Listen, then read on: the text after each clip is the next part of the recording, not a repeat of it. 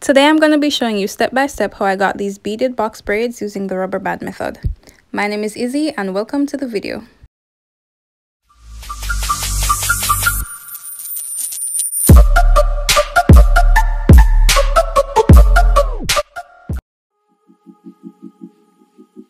This is actually my second time braiding my own hair, and just like the first time, I'm going to be using the Yaman Afro Kinky braiding hair in the color 1B.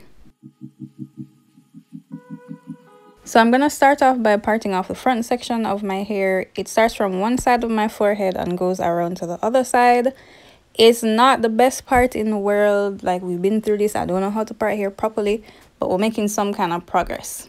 After parting off the front section, we're going to go to the middle, and like, I don't know, I felt it and I thought that it was pretty straight. I had no idea that it looked like this until I started to do voiceover. But we're gonna pretend like it's straight, okay? We're supporting each other, words of encouragement. We're just gonna pretend this is straight and we're gonna move on. So for my undercut, which is still pretty short but growing, again, we're making some amount of progress here. I'm gonna start combing it out before I do the part. I still can't believe it looks like that in the back and I had no idea. Anyway, so the undercut parting was not so bad. Like, it looks pretty straight, easy me. So now I'm gonna section off one side of the undercut and then I'm going to apply some gel. Probably not the best choice for hold in this case, but I'm using the Mielle Pomegranate and Honey Coil Sculpting Custard, and it smells really good and the texture is a bit runny, which, like I said, is not the best for what I'm doing. Something that had a stronger hold would have been much better, but that's all I had at the time, guys. I don't know if you can tell, but there is already a lot of stuff going wrong with this video, but we continue. I'm gonna section off my undercut into 4 equal-ish parts. Again, can't part too good, but we're getting there, easy me. And then I'm gonna tie away the sections that I'm not working on, just so they're not getting in the way. I tried to comb it out as much as I could so that it would be nice and smooth before applying the elastic band.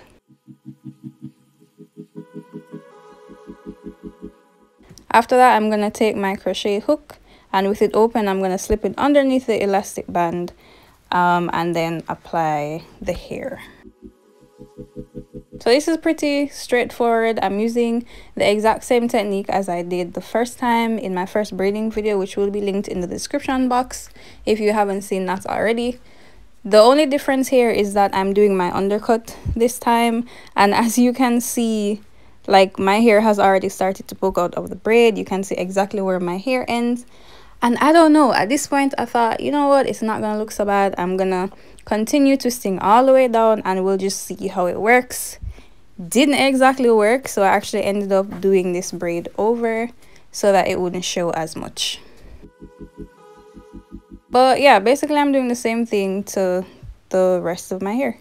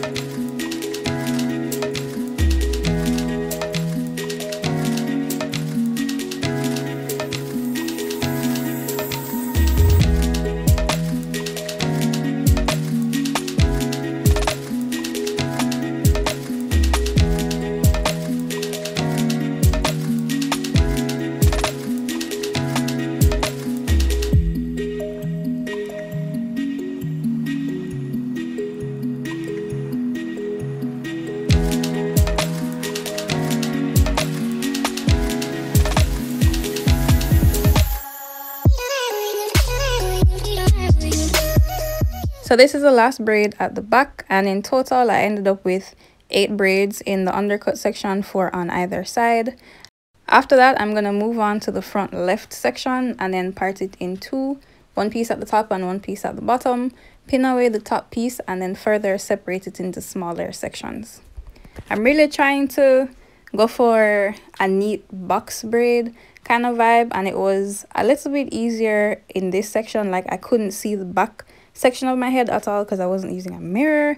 I was using my cell phone, but like the front part is parted properly, and I think that's really all that matters.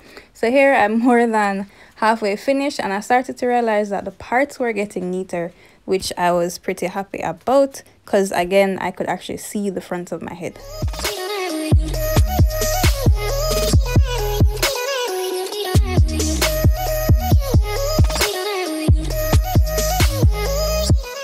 And I'm not sure if you were able to tell earlier, but I'm actually still using the Mielle curling custard on my hair. Eventually I started using more of it per section, but it still never gave that hold that I know like a flaxseed gel or an eco styler gel would have given me. But again, there was nothing else there, so I continued.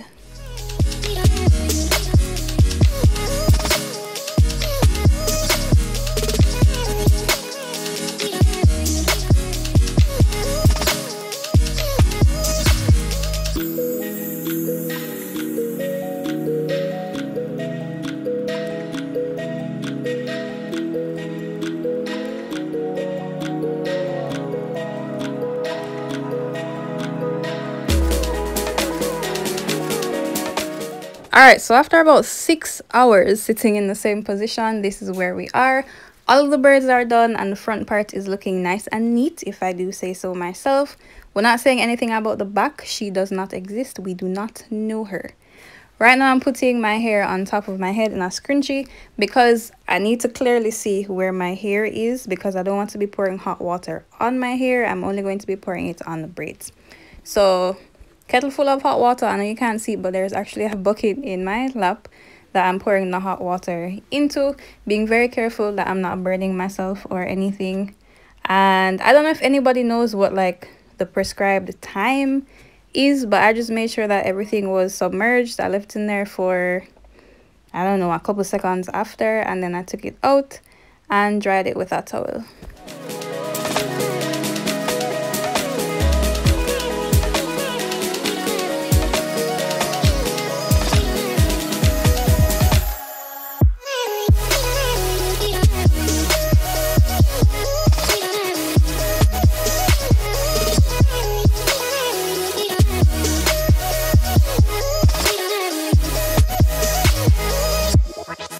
After the braids were mostly dry, I realized that some of the ends were looking kind of frayed and uneven.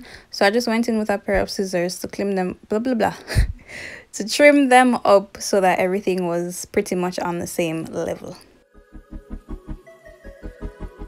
So here we are a whole week later when I decided to finally add the beads to the ends of my hair.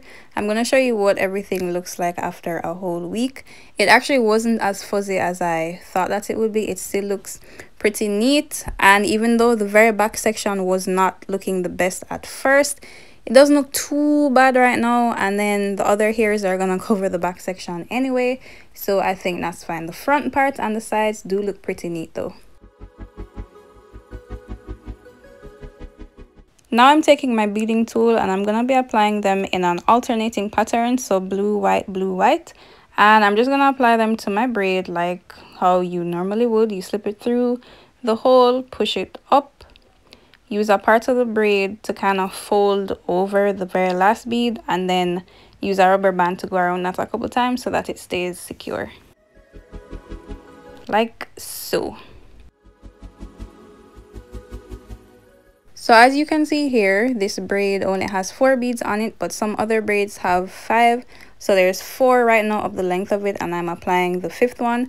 That's because I want 4 of the beads to be on the ends and then 1 to be maybe halfway up the length of the braid. Of course, I'm going to be doing the same thing to all of the other braids, and from I did the first few, I could really tell that it was gonna come together quite nicely. And nicely it did come together. And guys, I'm not saying I'm a professional, you see me, but like, look at these braids. This is the second time I'm braiding my hair by myself, you see me. I just need to put that out into the universe so that everybody knows where I'm hyping up my little self over here. These beads just out here glistening in the light, and these twists make me look like I know what I'm doing. Still not talking about the parts because the hair at the top is hiding the parts at the back. I don't know, I feel like feeling kind of hype right now, you see me, and I'm so glad that you guys stuck around to the very end of the video. Thank you guys so much for watching, and you will see me next time.